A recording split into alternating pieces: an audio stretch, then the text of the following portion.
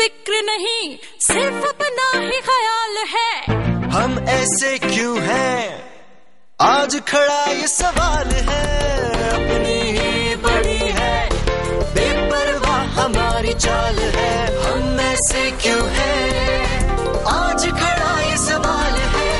ज्ञान की कमी नहीं, समझदारी का काल है। हम ऐसे क्यों हैं, आज खड़ा ये सवाल है।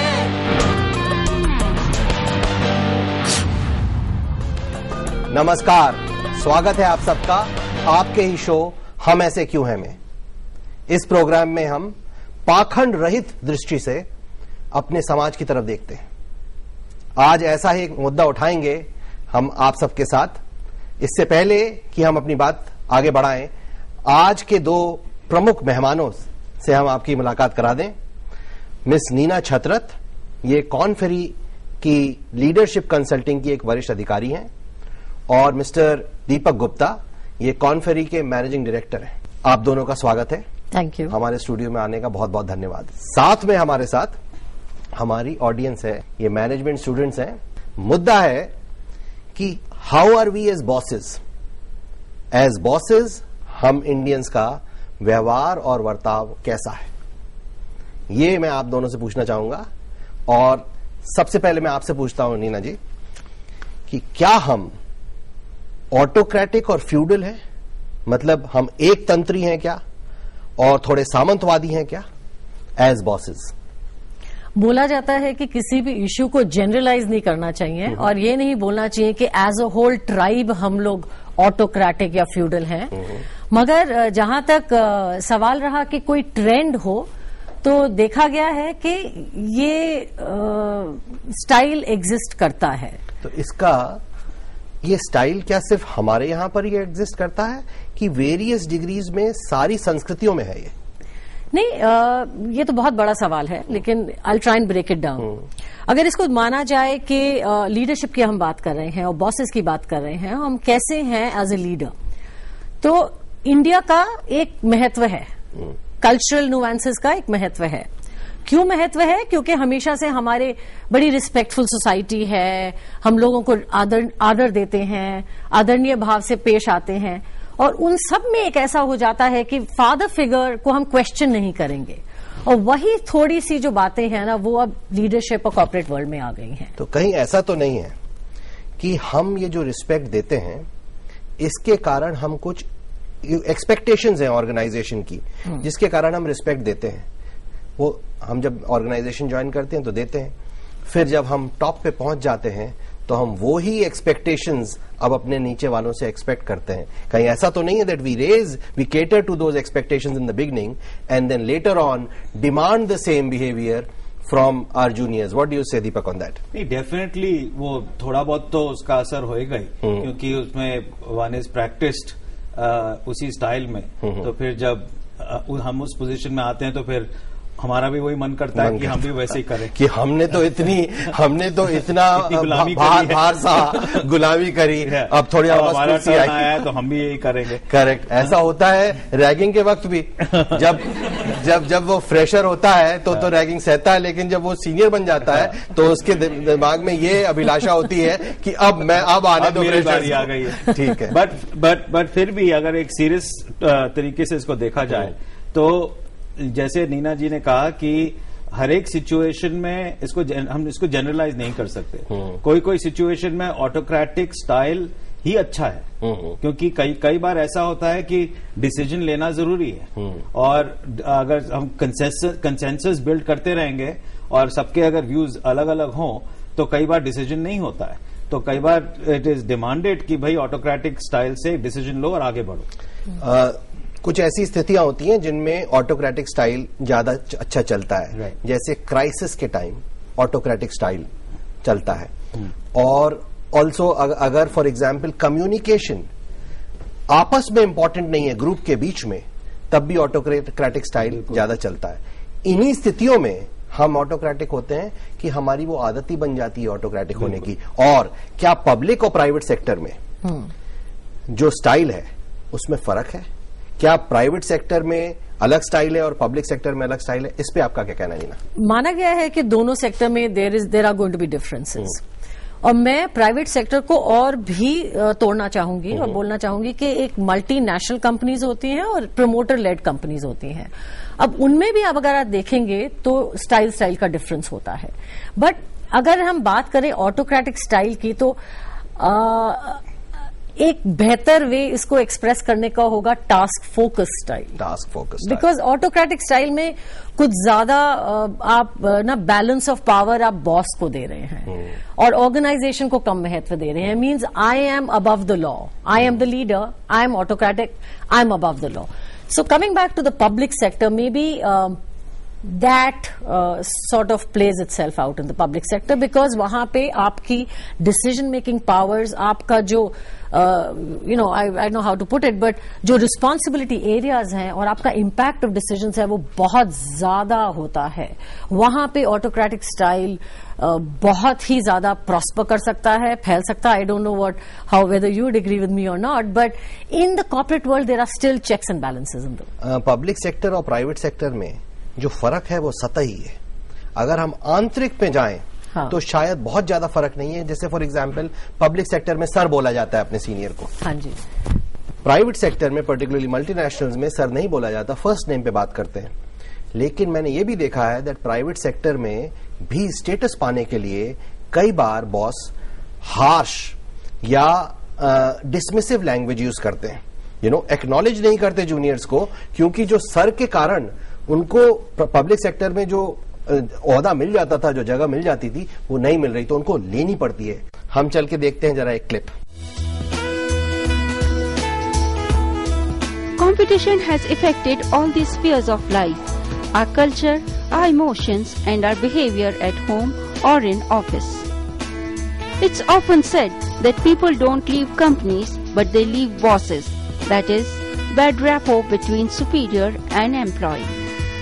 Ideal bosses should connect with workers and colleagues and keep their bad traits under control. अच्छा वरिष्ठ अधिकारी वो है जो अपने कर्मचारियों को उत्साहित करे, उन्हें उचित सम्मान दे और अच्छा काम करने के लिए इंस्पायर करे। हम लोगों को वैसे तो सभी हमारे जो स्टाफ हैं, सभी जो एम्प्लॉइज हैं, अपने अपने जगह पर बहुत अच्छा काम करते हैं, लेकिन कई दफा ये ह्यूमन टेंडेंसी होता है थोड़ा रिलैक्स होने का, थोड़ा उसमें कुछ ढीलापन लाने का काम में, या काम में कुछ इस तरह का कुछ कभी कभी फायदा उठाने का। वैसे सिचुएशन में या वैसे केसेस में हम हमेशा यह प्रयास करते हैं कि हम स्ट्रिक्ट एक्शन लें, ताकि उसका प्रभाव पूरे संस्था में एक मैसेज चला जाए कि हाँ, इस तरह का काम बर्दाश्त नहीं किया जाएगा, संस्था के आगे बढ़ने के हित में और एम्प्लॉइज के अपने हित में। किंतु कभी अगर ऐसा मौका लगे तो हम जरूर स्ट्रिक्ट एक्शन लेते हैं, ताकि वो एग्जाम्पल के तौर पर काम करें। नॉर्मल जिनको काम करने का टेंडेंसी है, जो काम करते हैं, जो काम करने की लगन है जिनमें, वो अपने ढंग से अपने तरीके से काम करते रहते हैं।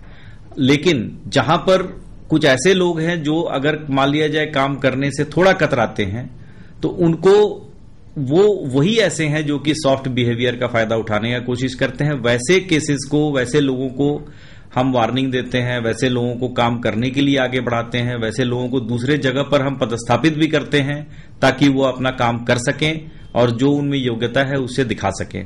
बॉसेस से हम ये एक्सपेक्ट करते हैं कि सबसे पहले तो वो आदमी को आदमी की तरह समझे, और किसी प्रकार की किसी से कोई गलती भी हो जाती है तो उसको उस गलती को सुधारने का मौका दिया जाए। आजकल मल्टीनेशनल कंपनीज आ रही हैं, आजकल इतना कंपटीशन है, हरेक को compete करना ही पड़ेगा।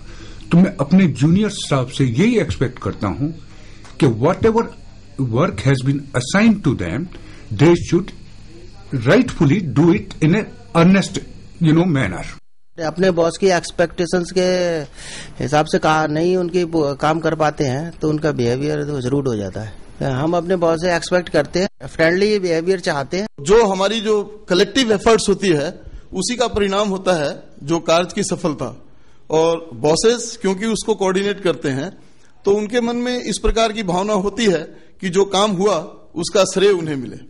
देखो जी, ये तो ह्यूमन थ्योरी है, लड़ती फौज है, नाम सरदार का होता है। तो इसमें मैं मानता हूं बॉस की कोई गलती नहीं है। हर कोई, एक छोटा बच्चा भी चाहता है कि श्रेय मुझको मिले, उसको शाबाशी देते हैं तो और बेटर करके दिखाता है। संस्थाएं भी एक परिवार की तरह हैं।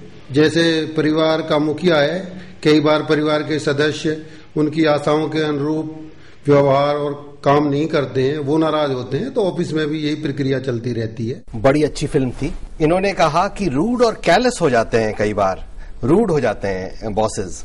इस पे आपका क्या कमेंट है?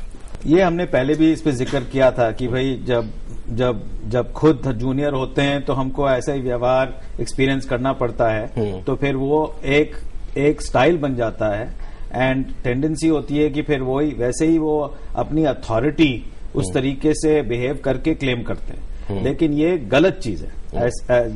ये अगर आप मल्टीनेशनल्स वगैरह में जाएं और इवन प्राइवेट सेक्टर में जो इवॉल्व हो गई हैं थोड़ी, उनमें आप देखोगे कि अब 360 डिग्रीज फीडबैक होता है और वो 360 डिग्रीज में ये सब चीजें निकल आती है कि भाई ये इस बॉस का ये स्टाइल है, और फिर वो रिपोर्ट हो जाती है बात, तो फिर उसको फिर कोचिंग दी जाती है या उसको कोई काउंसलिंग दी जाती है कि भाई ऐसे मत करो और ऐसे रिड्यूस करो और ये कायदे का तरीका नहीं है। तो दीज आर थिंग्स जो अब चेंज हो रही हैं, लेकिन प्रॉब्लम तो है ही है। लेकिन क्या ये विदेशों में भी है?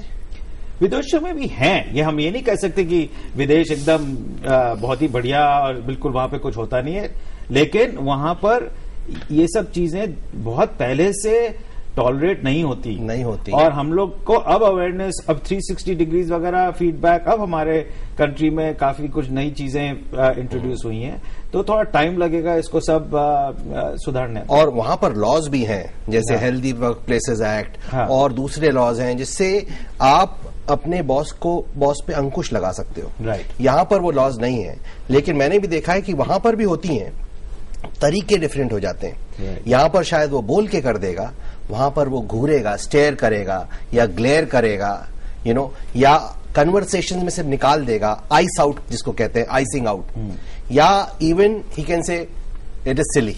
इस तरीके से वहां पर भी रूडनेस है। शायद हमारे यहां पर थोड़ी सी ज्यादा है, क्योंकि एक तो हमारे पास लॉज नहीं है, दूसरा ये हायरार्की का हमारी ट्रेडिशन है, जिसमें नीचे वाला सोचता है कि ऊपर वाले का कहीं पर ऑलमोस्ट हक बनता है हमसे इस तरह से बात करने का। ज्यादा खराबी है कि जब बॉस समझता है कि ये मेरा राइट। पवन अपने उनको बॉस को नाराज होने का मौका ही नहीं देना चाहते हैं, नहीं देना चाहिए। So what I am trying to say is कि जो बॉस के ऊपर जो आजकल प्रेशर्स हैं, आप इंडिया इमर्जिंग मार्केट्स को आप ले लो या इंडिया को आप ले लो, the stakes are very very high, और कहीं पे तो प्रेशर कुकर की सीटी बजेगी, सही सीटी बजेगी, और वो जो सीटी कहाँ बजती है, फिर आपके आसपास जो काम कर रहे हैं उनके एक्सपेक्टेशंस आपकी ज्यादा हैं, उनका काम स्टैंडर्ड का नहीं है, तो कहीं पे तो रूडनेस, कैलेसनेस आएगी उभर। ज्यादा कर नीचे ही क्यों जाती है? बिकॉज आप कहाँ बोलेगा, बोर्ड को तो जाके बोल नहीं सकते हो। और बोर्ड की तरफ थोड़ा सा एक चापलूसी का, इंग्रेशिएटिंग बिहेवियर होता है। कई बार मैंने ये भी देखा है that bosses who are very rude अपने जूनियर्स के साथ, वो अपने सीनियर्स के साथ बड़े ही चापलूस टाइप का बिहेवियर वो करते हैं, और वो उसमें ऐसा लगता है कि executive norms of behaviour organisation में नीचे आ रहे हैं। फॉर एग्जाम्पल उनका बैग कैरी करना, या उनकी हर बात पे खुशामद करना। इसके बारे में आपके क्या कहना है? ये भी हमारा कुछ कल्चर से, ट्रेडिशन से कनेक्टेड है। अब हायरार्किकल सिस्टम तो हमारा बहुत पुराना है, और ये सब चीजें अंग्रेजों के जमानों से चली आ रही हैं, और अभी भी हमारे लोग इसको पूरे तरीके से छोड़ नहीं पाए। लेकिन जैसे मैंने कहा था, मल्टीनेशनल्स में आप ये नहीं देखोगे ज्यादा करके, और जो बड़ी प्राइवेट सेक्टर कंपनीज हैं जो इवॉल्व हो गई हैं, ग्लोबलाइज हो गई हैं, उनमें भी इतना आप नहीं देखोगे। आपने अंग्रेजों की बात करी, तो इस तरह का व्यवहार हमारा सिर्फ अपने बॉसेस की तरफ है कि अंग्रेजों की तरफ और भी ज्यादा? फॉरेनर जब वेस्टर्नर को हम देखते हैं तो और भी ज्यादा हो जाता है, इसके बारे में कुछ बताएंगे? अभी ये भी अगेन हमारे ट्राइब या जो भी आप बोले, हमारे इंडियंस में इनग्रेन्ड है कि जैसे गोरे को देखोगे चापलूसी शुरू हो जाती है, चाहे वो कितना ही मगर बदल रहा है बदल रहा है। नीना का कहना बदल रहा है।